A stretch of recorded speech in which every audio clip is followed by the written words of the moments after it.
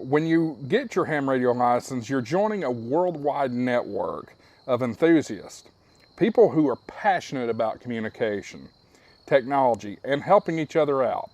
We're talking about a hobby that brings together from retirees to kids in high school, even younger. My 8-year-old daughter is currently studying for her technician license.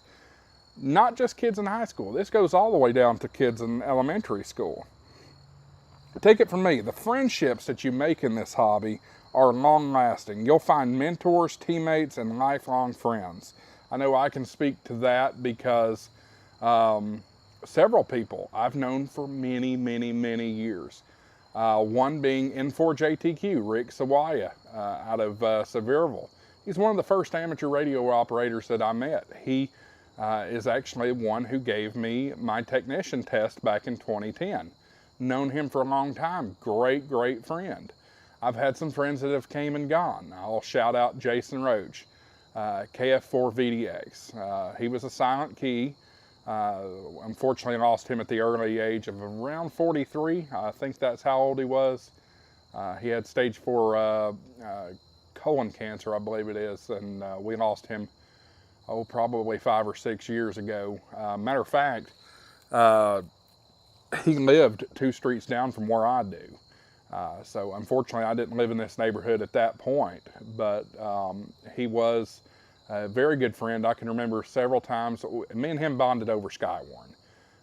He was the district coordinator, and we would sit up late at night watching little pop-ups on on the radar, thinking, we're going to have to watch this one. It could develop pretty quickly. We're talking about the springtime severe weather season. So I desperately miss Jason. Greg Williams, K4HSM, was also very close friends. Greg is the new district coordinator. I say new, but it's been about 5 years now. I've got other friends like Brady, KY4CQ. I've known him since I got my license. And here we are 14 years, almost 15 years later. So you make some great friends. With my VE team I used to have, I've got several great friends all across the country. So you make these friendships and bond with these people, and it's just wonderful. Now let's talk about emergency communications.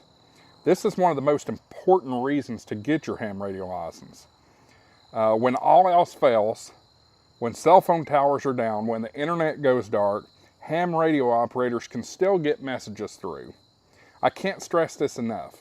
Ham radio plays a crucial role during disasters. From hurricanes and tornadoes to earthquakes and wildfires, amateur radio is often the only form of communication left standing.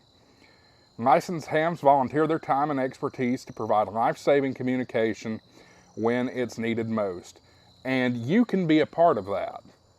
You don't need to be a first responder to make a huge impact on your community. Now, that's a lot of the argument that people have been making, especially in the aftermath of Hurricane Helene and now Milton. The big question that's being thrown out is, do you have to have a license to help during the emergencies? And that's a two-sided answer, okay? From a responding issue, yes, you should probably have your ham radio license. So, that said, let's say that you're in part of these floodwaters, okay? You could have a radio on you, but you don't have your ham radio license, or you don't have your GMRS license. If you are in threat of losing your life or in a desperate emergency situation and have no other means, absolutely pick up the radio and call out. That could be on a police band, that could be on a fire band, it could be any radio. That will not be frowned upon by the FCC. However, if you are on the responding end, so if you hear somebody talking about they're in an emergency situation, yes, you shouldn't pick up the mic and talk without a license. You yourself are not in that life or death emergency at that point. So that's unfortunately the nature of it. It's really, really easy to get your ham radio license, and we'll talk about that a little more soon. If you're a tech enthusiast, ham radio is like a playground for your brain. The hobby where you can experiment with electronics, antennas, and digital modes and get real-time results. You don't need a huge budget to get started, and once you're licensed, the sky is the limit.